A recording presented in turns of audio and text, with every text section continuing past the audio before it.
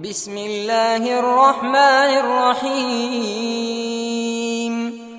Rasulullah SAW bersabda, "Man atahu Allahu malan falam yuaddi zakatah, muthila lahu maluhu syuja'an aqra, lahu zabibatan yutawwikuhu yawmal qiyamah, ya'khudhu bilihzamatayhi dalam kurung yakni bishitqaihi, yaqulu ana maluka ana kanzuka, thumma talal ayah لا يحسبن الذين يبخلون بما آتاهم الله من فضله وخيرا لهم سيطوقون ما بخلوا به يوم القيامة ولله ميراث السماوات والأرض والله بما تعملون خبير."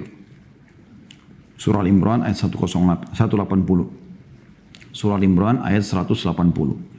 Hadis ini riwayat Bukhari jadi 8 halaman 230. Terjemahannya, kata baginda Nabi SAW, ini jenis rupa siksaan yang pertama yang digambarkan oleh penulis di mahsyar nanti, sebelum masuk neraka ini. Barang siapa yang dikaruniai oleh Allah harta. Ya teman-teman di Jepnas, perhatikan, Anda adalah orang-orang yang Allah titipkan harta, karena Anda adalah jaringan pengusaha nasional. Pasti Anda ada harta, gitu kan. Ingat kata Nabi SAW, barang siapa yang dikaruniai oleh Allah harta, tetapi tidak menunaikan zakatnya. Ini menjelang Ramadan. Jadikan Ramadan ini adalah momentum, ya, penutupan buku Anda dalam setahun atau masa haul dalam bahasa fikih kita untuk menghitung zakat Anda. Ya. Hitung semua zakat. 1 tahun ini Ramadan nanti Anda mulai hitung, ya, kira-kira mana yang Anda investasikan dan mana yang Anda tabung. Nilainya kalau mencapai 85 gram emas, keluarkan 2,5%.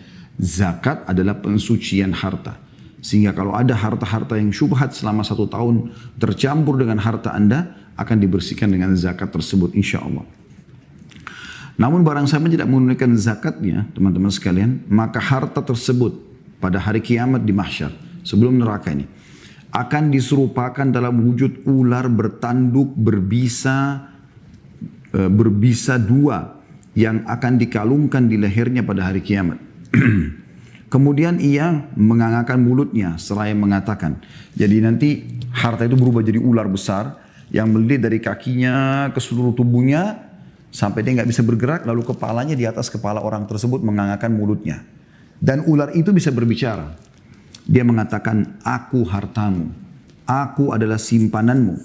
Kemudian beliau membaca firman Allah Subhanahu wa taala surah Al-Imran 180 yang terjemahannya, "Sekali-kali janganlah orang yang bakhil dengan harta yang Allah berikan kepada mereka dari karunia-Nya menyangka bahwa kebakhilan itu baik bagi mereka. Sebenarnya kebakhilan itu buruk bagi mereka." Ya, jadi tadi subhanallah potongan ayat ada yang kurang di sini ya. Saya ulangi baca ayatnya tadi, ayat itu ada yang kurang. A'udzu billahi minasyaitonir rajim, la yahsabanna alladziina yabkhaluna bima atahumullahu min fadlihi huwa khairan lahum bal huwa syarrun lahum. Ada potongan itu hilang tadi dari buku kita ya. Teman-teman yang pegang buku di halaman 204, di potongan ayat di situ, huwa khairan lahum, ada tambahnya, bal huwa syarrun lahum. Baru masuk, sayutawwaquna ma bakhilu bihi yaumil qiyamah. Artinya, sekali-kali janganlah orang-orang yang bakhil dengan harta yang Allah berikan kepada mereka dari karunia menyangka bahwa kebakhilan itu baik bagi mereka. Ya, tidak mau keluarin di jalan Allah, pelit.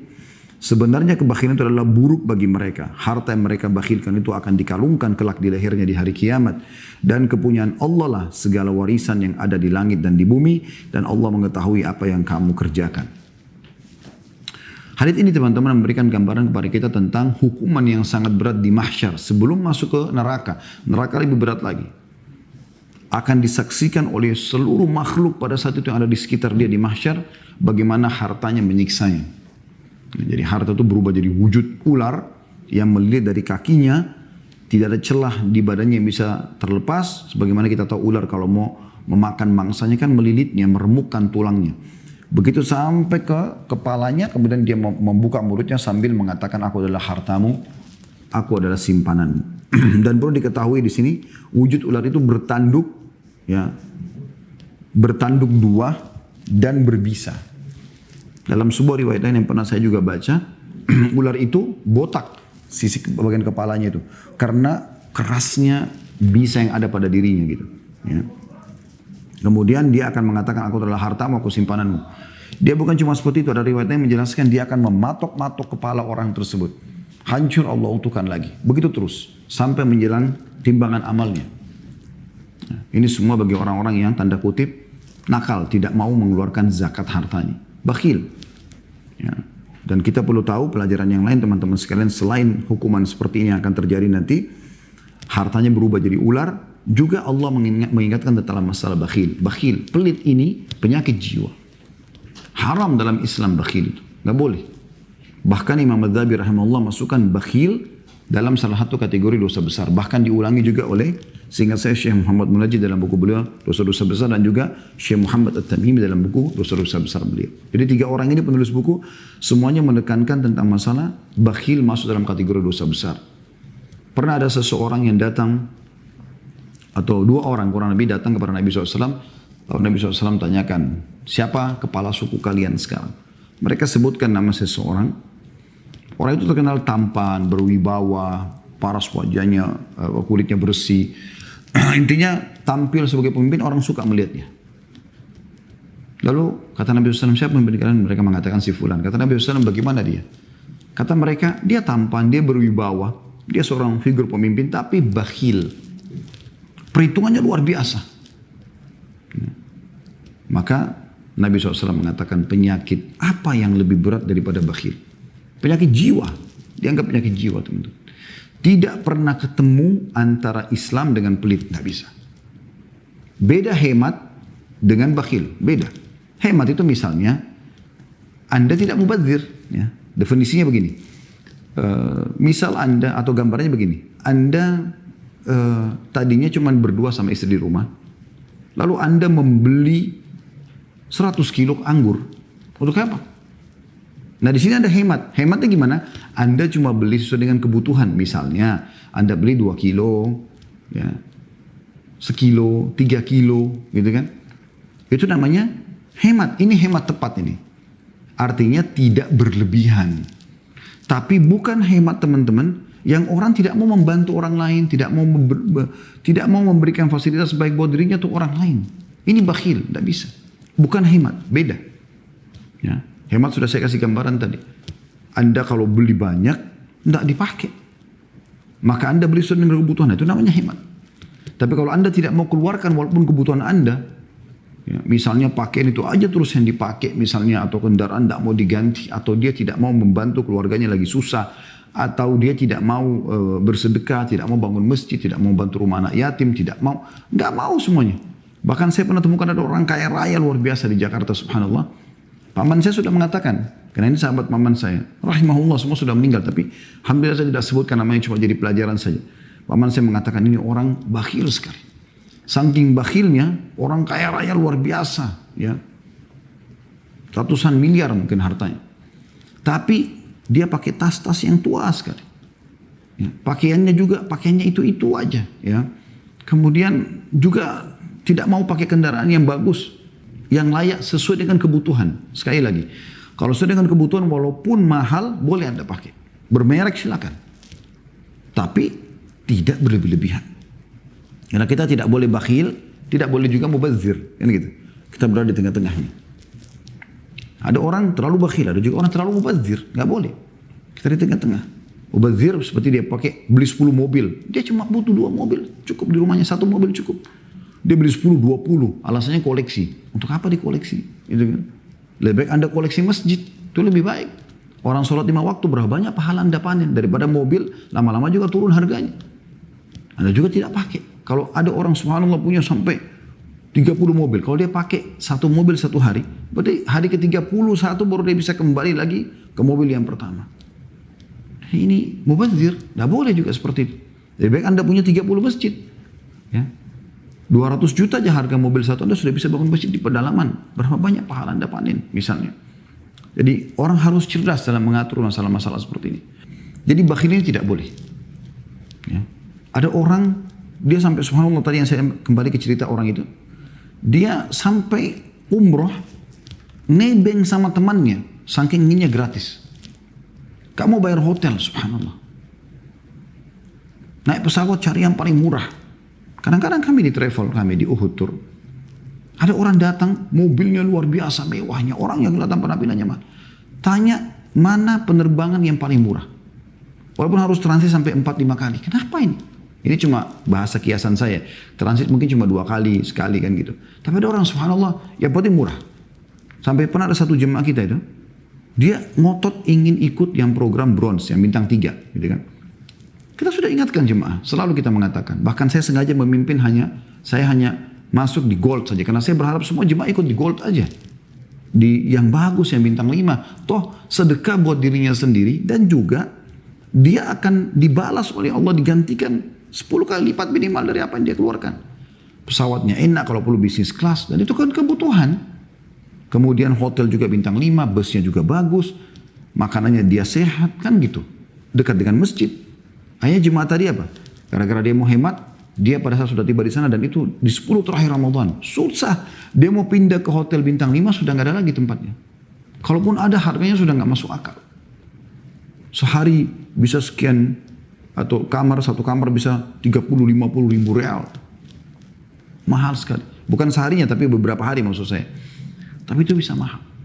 Yang tadinya dia kalau ambil dari awal paket lebih hemat. Dia berkeluh kesah dengan koper. Dia mau koper yang bagus tapi dengan mau penerbangan yang murah. Nggak bisa terjadi.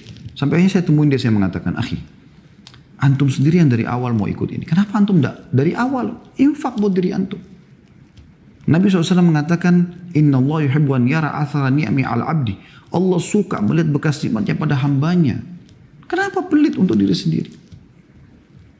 Sekaligus juga saya katakan teman-teman sekalian, usahakan didik anak-anak untuk royal di jalan Allah. Sedekah. Jangan biasakan mereka dididik dengan tabung. Menabung. Belikan celengan. Pelit mereka nanti. Kalau Anda belikan celengan, Anda suruh nabung, maka pada saat itu Anda sudah tanamkan sifat bakhil ini. Kenapa? Celengannya sampai Anda bisa lihat anak-anak di rumah. Saya pernah coba praktikin, betul. Si kakak aja kalau adiknya sentuh celengannya marah. Si adik sentuh oleh kakaknya marah. Bahkan kadang-kadang ibunya sentuh pun dia marah. Terlahir sifat pelit yang Allah haramkan dalam Islam. Gak boleh. Kasih duit dia, nak sedekah. Sampai saya buatin program anak-anak di rumah. Beli biskuit, beli segala macam, taruh di cover bag. Kemudian ayo kita keluar, cari orang-orang miskin. Kasih, sedekahkan. Akhirnya mereka jadi terbiasa. Kalau lewat di jalan, itu abati, ada orang miskin, itu ada orang miskin. Itu bantu, kesian, itu begini, begitu. Kemarin saya bawa anak-anak beli mainan di satu toko mainan dekat rumah. Kemudian ada satu bapak duduk di dekat gerobak dia yang ngambil barang-barang bekas. Saya diingatkan sama anak saya, subhanallah. Dan saya bersyukur pada Allah dengan begitu. Umur dia cuma 6 tahun. Abati itu orang kesian, bantu. Alhamdulillah saya bersyukur sama Allah tertanam sifat itu. Dia mau bersedekah, itu yang penting kita tanamkan teman-teman sekalian. Jadi jangan sampai Anda mengharamkan diri Anda dari hal-hal yang seperti ini. Padahal boleh, asal sesuai kebutuhan. Menggunakan yang berkualitas, boleh walaupun mahal. Tapi sesuai dengan kebutuhan. Ya. Anda kalau masuk ke supermarket, saya pernah berikan contoh. Kalau Anda temukan ada anggur harga 200 ribu. Kualitas A, grade A. Anda ada kualitas B misalnya, grade B-nya harga 150 ribu, yang grade C-nya 100 ribu. Anda beli yang 200 ribu. Kalau Anda punya kemampuan. Boleh. Karena Nabi SAW mengatakan, Inna Allah yuhibbun yara athara ni'ami al abdi. Allah suka melihat bekas nikmatnya pada hambanya. Nabi SAW pernah lihat ada sahabatnya begitu. Penampilannya kusut, kelihatan kayak orang susah. Nabi SAW tanya, kau punya harta enggak? Dia bilang, ada ya Rasulullah. Apa hartamu? Saya punya unta, saya punya kuda, saya punya kambing. Kata Nabi SAW, subhanallah, maha suci Allah. Mana kau dari bekas nikmatnya Allah? Kalau kita perlihatkan pakai baju yang bagus, berpenampilan yang rapi, Allah suka lihat itu. Tapi jangan mubazir, jangan berlebihan juga. Ya, hati-hati jangan terkurung di istilah hemat, ternyata Anda bakhil. Gak boleh teman-teman sekalian. Ya, terutama di jalan Allah Subhanahu Wa Taala. Ada orang luar biasa perhitungannya keluar di jalan Allah Subhanahu Wa Taala. Susah nyumbang masjid itu luar biasa, dicari uang mana nih yang paling kecil untuk dikasih ke celengan masjid, untuk sumbangkan anak yatim, untuk sebarkan Al-Quran, untuk ini dan itu. Kenapa perhitungan ini? Allah Subhanahu Wa Taala akan mengganti. Kata Allah Subhanahu Wa Taala, "Ma anfaqtum min syai'in fa huwa yukhlifu." Apapun yang kalian infakkan pasti Allah akan ganti. Apa yang dikhawatirkan? Pemilik langit dan bumi menjanjikan itu semua. Maka Allah memastikan orang-orang yang bakhil ini sampai pada tingkat mereka tidak mau sedekah, tidak mau zakat. Dan Allah jadikan harta simpanannya itu akan siksaan buat dia. Saya pernah ketemu orang luar biasa. Mungkin sudah triliunan uang. Surat tanah sekian banyak di rumahnya. Allah uji tidak punya anak, subhanallah orang ini. Sudah tua sekali. Saya ketemu, janjian, waktu itu mau tanya tanah tentang Islamic Center. Siapa tahu dia mau wakafkan gitu. Nah, dia hanya membahasakan dia akan wakafkan sebagian, sisanya enggak gitu. Tapi subhanallah saya waktu ketemu, dia pakai mobil, menurut saya sangat tidak layak untuk orang seperti ini. Walaupun dia hanya mampir ke kota yang kami ada gitu ya. Harusnya dia gunakan yang terbaik. Yang penting jangan mubazir tadi. Ya, tidak boleh berlebihan. Ini penting. Allah mengingatkan itu. Makanya Allah mengatakan sekali-kali janganlah orang yang bakhil atau kikir dengan harta yang Allah berikan kepada mereka dari karunia-Nya. Menyangka bahwa kebakhilan itu baik bagi mereka. Perhitungan itu baik. Sebenarnya kebakhilan itu buruk bagi mereka. Harta yang mereka bakhilkan itu akan dikalungkan kelak di lehernya di hari kiamat. Dikalungkan menjadi ular tadi. Yang akan mematok-matok kepalanya. Dan kepunyaan Allah lah segala warisan ada di langit dan di bumi. Artinya keluarkan. Karena yang menciptakan kamu, yang menyuruh kamu bersedekah adalah Allah. Dan akan menggantikan dan melimpahkan rezeki itu padamu adalah Allah. Ya. Sebaliknya banyak Masya Allah jemaah kami yang praktikin ini. Setelah menonton ceramah kami tentang dahsyatnya sedekah. Ya. Dan sedekahlah kau akan hidup bahagia dan segala macam. Beberapa kali tema kami bahas ya. Itu teman-teman sekalian sampai ada yang mengatakan, Ustaz saya ketagihan dengan sedekah. Karena ternyata dengan sedekah betul-betul terbuka. Dan bahkan masalah apapun yang sedang saya hadapin, saya ngobatin dengan sedekah, selesai masalah ini. Saya difitnah, saya disakitin, saya di apa saja. Bisa sembuh dengan itu. Bisa hilang dengan itu. Ya. Itu luar biasa. Ada juga jemaah yang datang, Masya Allah kalau sedekah sudah gak pakai perhitungan, ratusan juta langsung datang kepada saya, ini Ustaz, ini Ustaz. Dan memang Masya Allah, sampai dia duduk manis di rumahnya, mendapatkan uang miliaran. Allah mudahkan pintu-pintu rezeki datang kepada mereka. Jadi bakhil membinasakan, justru royal dan royal dan Allah dan loyal kepada Allah ini mendatangkan rezeki yang luar biasa. Ini firman Allah SWT. Makna ayat tadi itu. Kemudian hadis yang selanjutnya 92, Abu Hurairah radhiyallahu anhu meriwayatkan Rasulullah SAW bersabda, setiap orang yang memiliki emas dan perak yang tidak menunaikan hak hartanya tersebut, tidak menzakatinya, pasti tak kalah pada hari kiamat kelak akan dibentangkan untuknya lempengan-lempengan terbuat dari api. Lempengan-lempengan yang besar, ya, terbuat dari api. Lalu dia dipanggang di atasnya dalam neraka jahanam. Kemudian lambungnya, kedua kening dan punggungnya disetrika dengannya. Tempat-tempat yang paling menyakitkan, dahi, ya, kening, punggung, lambung, ya, itu disetrika, ditempelin panasnya lempengan api tadi. Setiap kali terasa dingin, maka diulang lagi untuknya pada hari yang panjangnya, lamanya 50.000 tahun, hingga urusan diantara hamba-hamba diputuskan. Lalu ia akan melihat jalannya, apakah ke surga atau ke neraka. Jadi lempengan api itu dari api neraka. Tapi siksanya masih di mahsyar. Ya, masih di mahsyar. Ini luar biasa. Orang-orang menyaksikan dan tersiksa dengan itu. Harta yang dia kumpul-kumpulin itu. Yang dia bangga-banggakan dengan angkanya. Di rekening saya punya saldo sekian. Saya punya emas sekian batang. Saya punya berlian. Saya punya ini. Akhi dan ukhti. Tidak ada lagi yang anda bisa banggakan setelah anda meninggal. Kecuali amal yang anda lakukan. Dan termasuk harta-harta yang kita bawa menuju ke akhirat sana. Sedekah. Ini menjelang Ramadan, jangan sia-siakan. Sedekah, siapkan untuk buka puasakan orang. Ikut program-program sosial di yayasan banyak. Atau anda buat yayasan sendiri. Kegiatan mahal. Jangan ya telat dalam memulai start. Sekarang ini kesempatan. Blok masjid-masjid dekat rumah anda. Buka puasa dari saya. Berapapun, tutup mata aja. Sedekah di jalan Allah. Allah pasti akan ganti. Ya. Kita panen pahala orang-orang. Ada masjid lagi dibangun, sumbang. Rumah anak yatim, sumbang. Kegiatan sosial apapun, ikut. Ikut.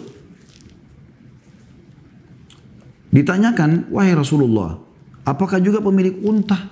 Unta juga nanti yang punya unta yang tidak menzakatkan untanya. Juga disiksa. Beliau mengatakan juga pemilik unta. Yang tidak menunaikan haknya. Ya. Dalam kurung di antara haknya adalah diperas susunya pada waktu memberinya minum. Melainkan ketika pada hari kiamat kelak unta tersebut dibesarkan di tempat yang luas, yang lebih lebar, di tempat yang luas yang lebih besar dari sebelumnya. Ia tidak kehilangan seekor anak unta pun. Unta tersebut menginjak-injaknya dengan kaki-kakinya dan menggigitnya dengan mulutnya. Setiap kali yang pertama pergi darinya, maka yang lainnya datang kepadanya. Pada suatu hari yang panjangnya 50.000 tahun.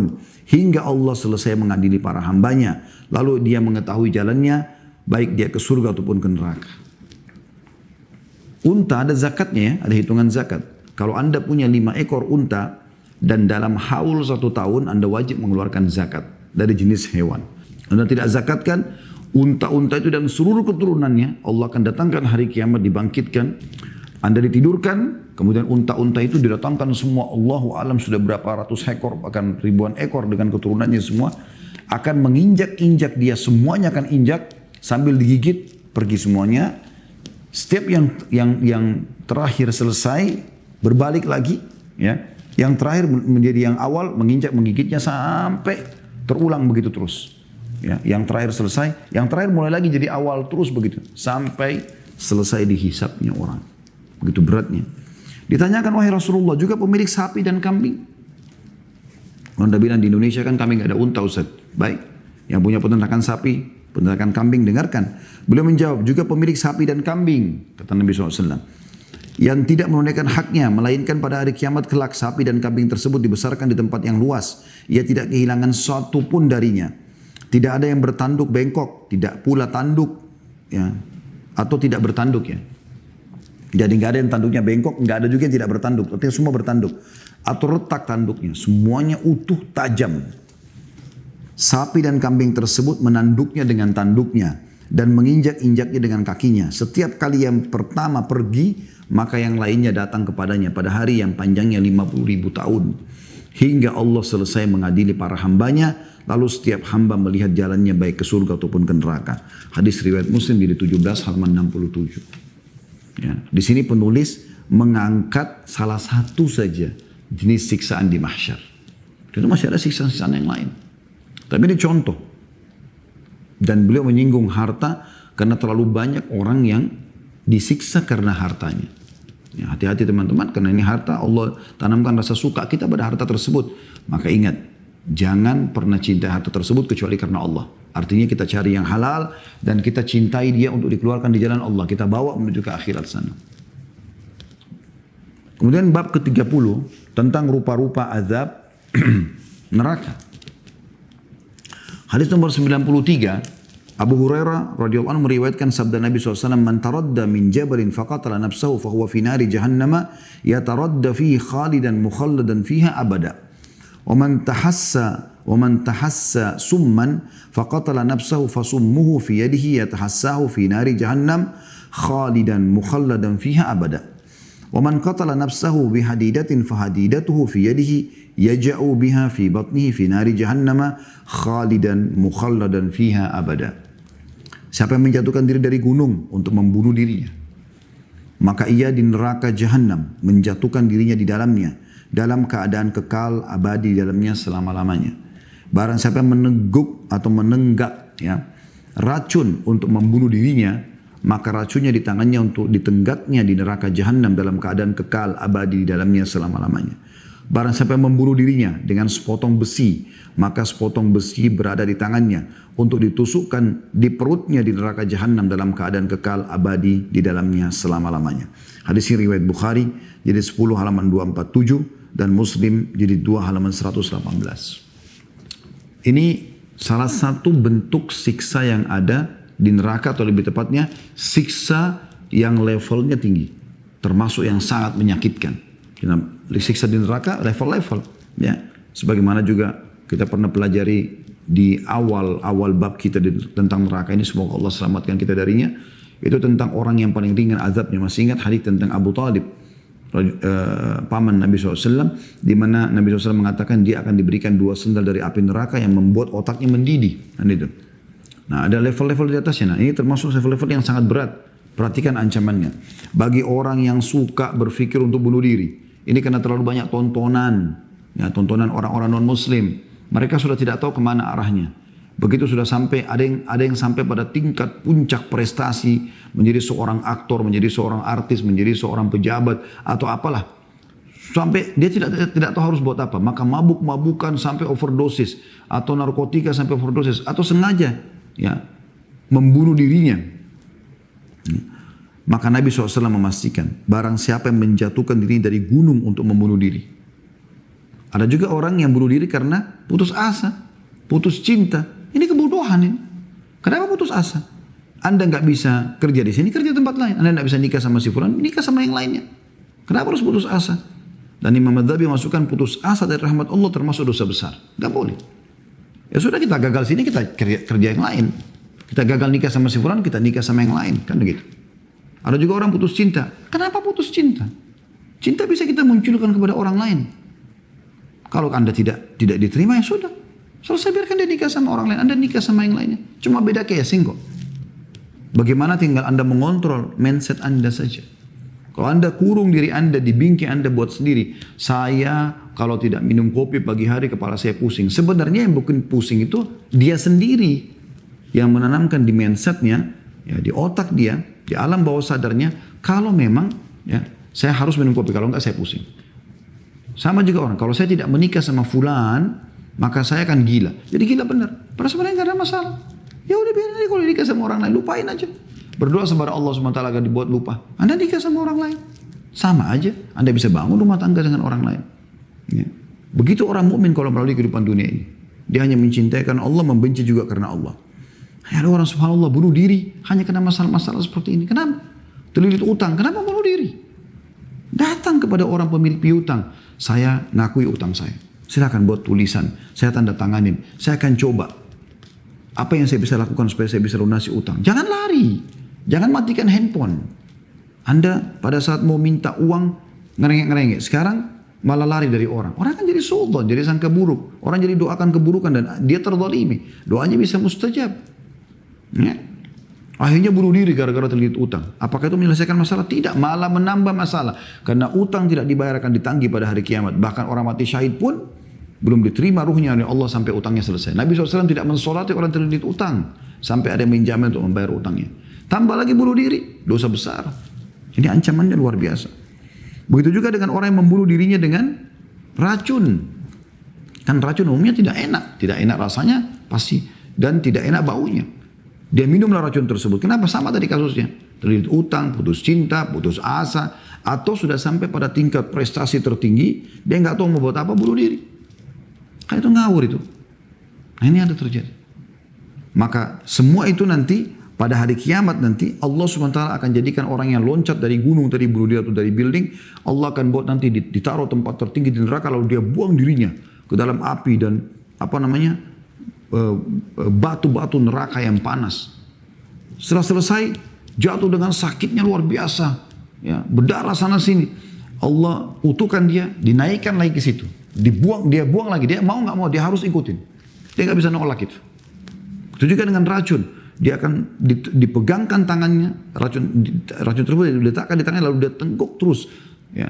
Bagaimana pahitnya terasa di dunia, begitu disiksa di hari kiamat. Selain siksaan api yang membakar dia, ya. Itu juga kata Nabi SAW, dan siapa yang membunuh dirinya dengan besi, maka besinya itu akan di tangannya pada hari kiamat, dan dia akan tusuk tempat yang dia tusuk di dunia, perutnya kah, dadanya kah, ya. Kemudian dia tidak mati, dia rasa sakitnya. Allah untukkan lagi, dia tusuk lagi. Dia mau nggak mau. Jadi pada hari kiamat ini teman-teman, termasuk dari kuburan, mahsyar sampai neraka, na'udzubillah, 3 titik ini teman-teman sekalian, tempat siksaan, itu akan disiksa oleh Allah dan tidak bisa orang itu menolak.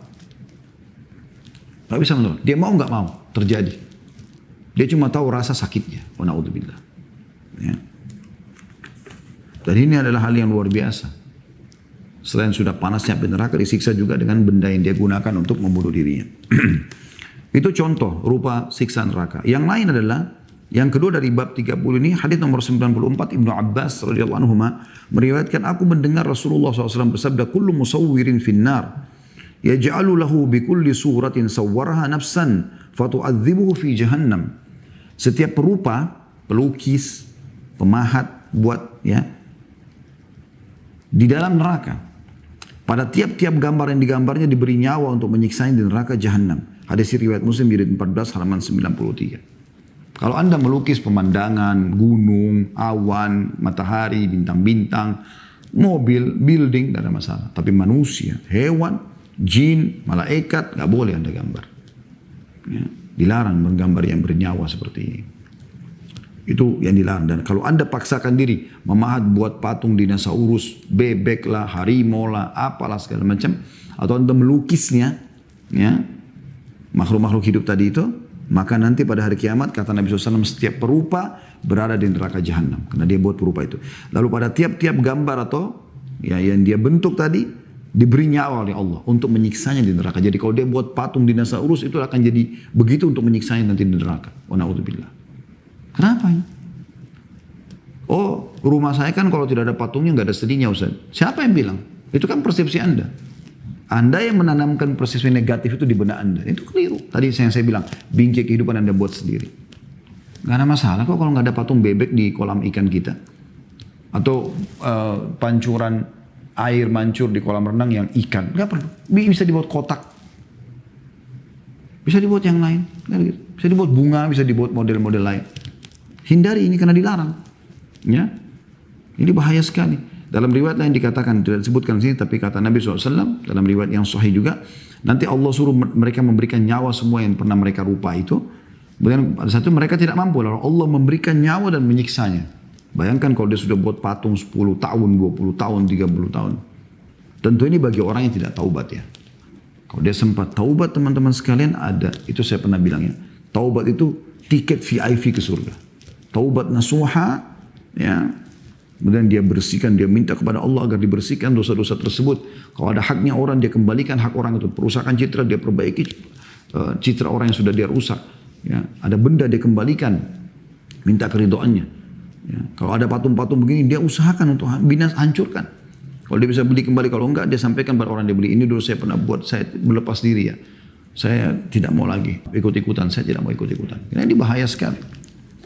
Selanjutnya dari hadis nomor 95, Al-Ahnaf bin Qais menceritakan, aku duduk bersama sekelompok orang dari Quraisy. Lalu seseorang yang rambut, pakaian dan penampilannya kusut datang hingga berdiri di hadapan mereka lalu mengucapkan salam. Kemudian ia mengatakan, berikanlah ancaman kepada para penimbun harta dengan batu yang dipanaskan oleh neraka jahanam.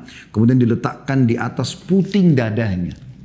Ini tempat yang sensitif kali ya. Laki-laki atau perempuan. Ya. Kemudian diletakkan tadi batu yang panas itu di puting dadahnya atau buah dadanya saya ulangi, kemudian diletakkan di atas puting buah dada salah seorang dari kalian hingga keluar ke tulang lunak ya pada ujung punduknya atau pundaknya dan diletakkan di atas tulang lunak ya dari ujung punduknya kemudian keluar dari putingnya. Jadi membakar semua ada di dalam itu. Lalu orang tersebut gemetar kemudian berpaling. Maksudnya balik dari arah orang yang dia ceramai, lalu duduk bersandar pada tiang. Aku pun mengikutinya, kata ya Ahnaf bin Qais, dan duduk di dekatnya sementara aku tidak tahu siapa dia. Lalu aku mengatakan kepadanya, aku tidak melihat mereka kecuali mereka tidak suka dengan apa yang Anda ucapkan. Mohon maaf, maksudnya tadi itu yang Anda sampaikan seperti orang-orang yang tidak suka dengar gitu. Ya. Maka ia mengatakan orang tadi itu, sesungguhnya mereka tidak memahami apapun. Mereka tidak ngerti, sebenarnya saya tahu gitu. Kekasihku mengatakan, ya, maka aku bertanya kata Ahnaf bin Qais, siapa kekasihmu? Ia menjawab Nabi SAW. Maka orang itu mengatakan, wahai Abu Dhar, ternyata orang ini adalah sahabat Nabi namanya Abu Dhar. Apakah kamu melihat seseorang? Tanda tanya, aku pun melihat ke langit ternyata waktu siang sudah tidak tersisa lagi. Dan aku melihat Rasulullah SAW akan mengutusku untuk keperluannya. Aku katakan iya. Beliau bersabda, aku tidak suka bila aku memiliki emas sebesar Uhud. Ini kata Nabi SAW ya. Aku tidak suka bila aku memiliki emas sebesar Uhud yang aku infakkan seluruhnya kecuali 3 dinar. Sesungguhnya mereka itu tidak memahami. Mereka hanya mengumpulkan dunia, tidak demi Allah. Aku tidak meminta dunia kepada mereka dan tidak pula meminta fatwa kepada mereka tentang agama. Hingga aku berjumpa dengan Allah. Hadis riwayat Bukhari jadi 3 halaman 271 dan Muslim jadi 7 halaman 77. Hadis ini memberikan gambaran kepada kita teman-teman bagaimana bahayanya, kembali mirip tadi ya, di bab 28 tentang bahayanya harta yang disimpan. Cuma jenis siksaan ini dalam neraka. Tadi kan siksaan yang ular itu di mahsyar.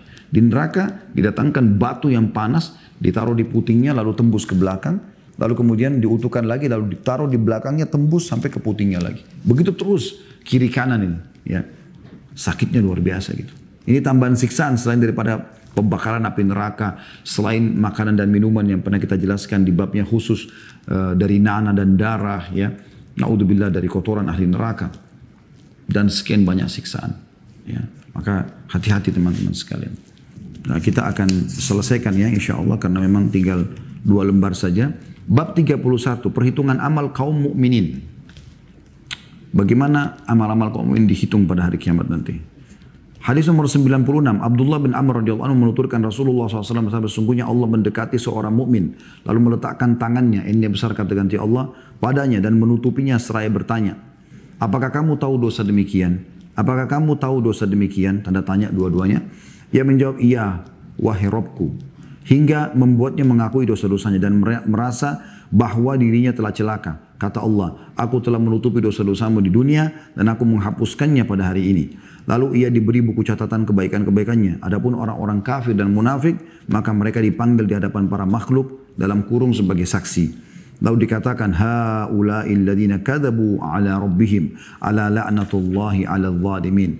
Orang-orang inilah yang telah berdusta terhadap Rabb mereka. Ingatlah, kutukan Allah ditimpakan atas orang-orang zalim, surah Hud ayat 18. Dan hadis ini diriwayatkan Bukhari jadi 8 halaman 253.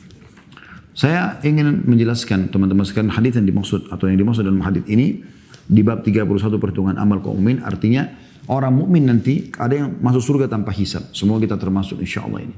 Karena amal-amal solehnya banyak, dia juga kalau punya dosa dunia sempat bertaubat, maka lolos. Ya. Dimulai dari para nabi-nabi tentunya tidak ada dosa mereka, mereka maksum. Kemudian diikuti dengan orang-orang soleh setelahnya yang memang mereka banyak bertaubat, mereka banyak beramal soleh.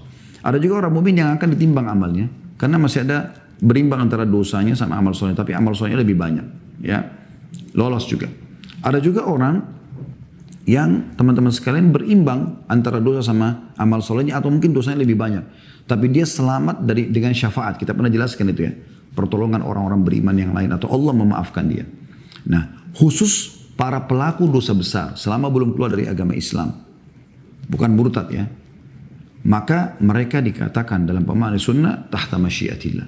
Di bawah naungan Allah.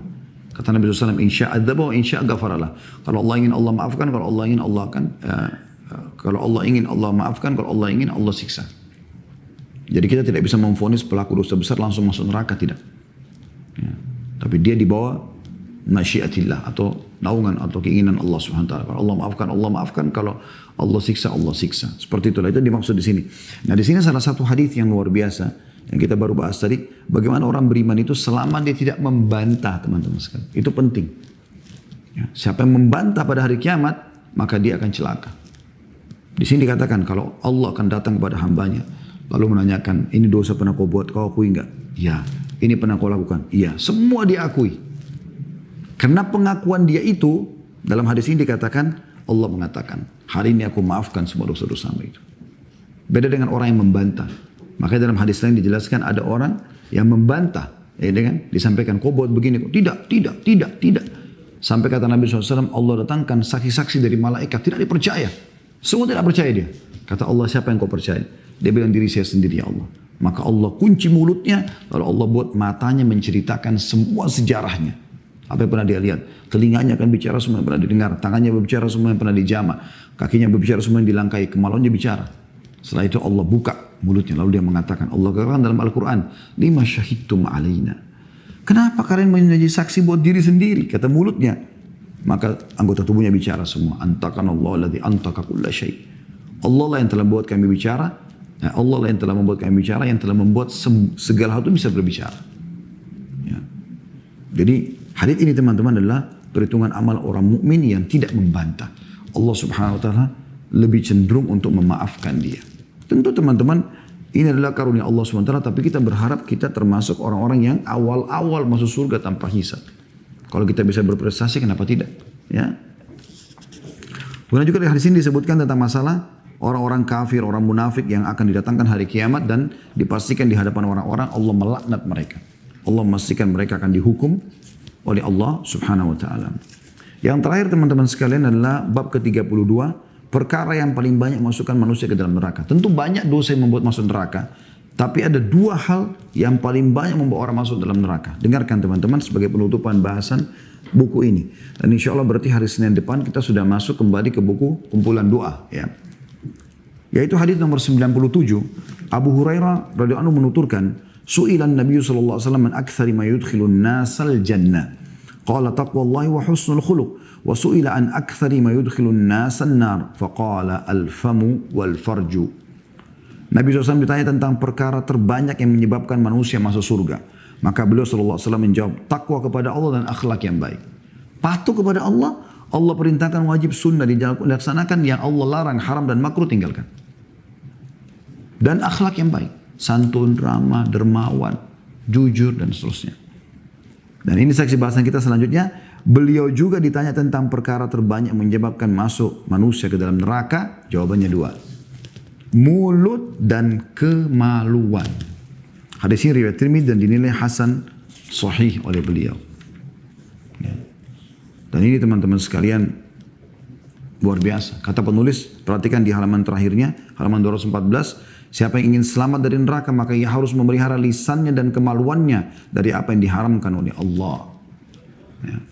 Harus dia jaga. Nah, lisan ini teman-teman sesuatu yang luar biasa. Para Nabi SAW menjelaskan kepada seorang sahabat tentang bagaimana mudahnya untuk mengamalkan Islam. Kemudian sahabat itu mengatakan, ya Rasulullah, apa yang anda paling khawatirkan dari saya? Sehingga saya bisa tergelincir, meninggalkan ketakwaan kepada Allah SWT. Lalu Nabi SAW memegang lidah beliau, menarik sambil mengatakan, hadza, ini loh, lisan itu. Anda bisa mendengarkan ceramah kami di YouTube cukup banyak tentang penjabaran tafsir surah Al-Humazah. Allah SWT tekankan itu, ada masalah lisan. A'udzubillahi minasyaitonir wailun likulli humazatin lumazah. Kecelakaan, kehancuran, kebinasaan bagi semua kelompok yang suka menceritakan aib orang lain dengan lisannya dan mencontohkan sikap kekurangan orang lain dengan sikapnya. Sibuk dengan kekurangan orang. Tiap hari bangun tidur sampai tidur lagi gosip.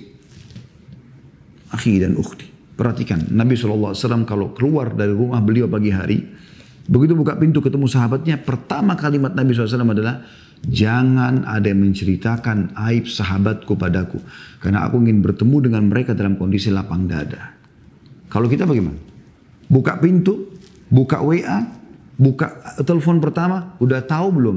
Langsung gosip. Subhanallah. Salam aja enggak? Ini berbahaya. Menuju ke akhirat teman-teman bawa dua hal. Amal soleh dan teman yang soleh. Dan jangan bawa dua hal. Ini bahaya. Dosa dan musuh. Nah ini musuh ini. Sibuk gosipin orang. Sibuk nyakitin orang dengan lisannya. Bahaya sekali. Lidah tidak bertulang tapi dia bisa bahaya. Lidah bisa menyatukan antara dua orang yang bertengkar. Atau bisa membuat dua orang bercerai-berai yang tadinya saling mencintai. Bahkan bisa membuat dua negara, dua suku bersatu. Dan bisa membuat malah keduanya berperang. Itu kan bahaya sekali. Makanya Nabi SAW mengatakan dalam hadis Bukhari, man kana yu'minu billahi wal yawmil akhir falyakul khairan aw liyasmut. Siapa yang mengaku beriman kepada Allah dan hari akhir, dia hanya mengucapkan yang baik saja. Nasihat, zikir, doa, baca Quran, nah, baik-baik saja. Tanya kabar, ya mubah. Atau dia diam. Yang bukan urusan Anda jangan masuk. Yang dosa jangan masuk. Tidak usah masuk ke wilayah orang lain. Tak perlu. Ya.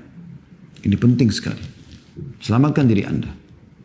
Begitu juga dengan kemaluan teman-teman sekalian. Letakkan pada yang halal saja. Yang haram gak usah. Dah. Selesai. Masa lalu kalau pernah terjadi, kita tobat kepada Allah. Detik ini lupakan semuanya. Mulai sekarang nikmati yang halal. Ada seorang syekh pernah ditanya oleh seorang jemaahnya di Saudi. Dia bilang, syekh, saya awal-awal menikah sampai 1 tahun pertama saya suka sekali sama istri saya. Setelah dia punya anak berkurang. 1. Anaknya tambah banyak berkurang lagi semua rasa suka saya syekh. Sekarang sudah mulai agak tua malah berkurang sama sekali. Saya anggap sudah seperti saudara saya. Bagaimana caranya syekh supaya saya bisa membangun rumah tangga yang sakinah, yang mawaddah, penuh rasa cinta. Sementara itu sudah hilang. Apa kata syekhnya? Kau mau cintamu kembali pada istrimu? Dia bilang iya tentu saja. Kata syekhnya, turunkan pandanganmu dari yang haram. Selama matamu jelalatan lihat sana sini, tidak akan kau nikmati nikmat yang ada depan matamu. Tapi kalau kita tidak buat itu, subhanallah, hikmah turunkan pandangan dari yang haram ini luar biasa. Semoga Allah jaga kita insya Allah. Dan maafkan yang lalu-lalu. Itu teman-teman sekalian, kita akan betul-betul menikmati apa di depan mata kita. Kalau kita sekarang lagi nikmati nasi tempe sama sambal, kita tidak pikirkan yang lainnya, kita nggak jelalatan lihat makanan-makanan lain, kita akan nikmatin itu. Tapi selama masih kesana sini susah. Ya, nikmati pasangan yang ada. Nabi SAW pernah berkata kepada para sahabat, kalau seseorang antara kalian syahwatnya bangkit karena melihat selain yang istrinya di luar rumah, kembalilah pada istrinya, karena istrinya memiliki apa yang dimiliki oleh orang tersebut. Artinya sama aja kemaluan. Fokus kepada yang halal, nikmati itu, maka insya Allah akan aman. Selain berpahala juga kenikmatan ada. Tinggalkan yang haram, karena sekarang Anda buka, Anda butuh waktu untuk meninggalkan itu semua. Allahu a'lam. Ini bahasan kita teman-teman sekalian, kurang lebih ada 32 pasal ya tentang neraka. Semoga Allah SWT menjauhkan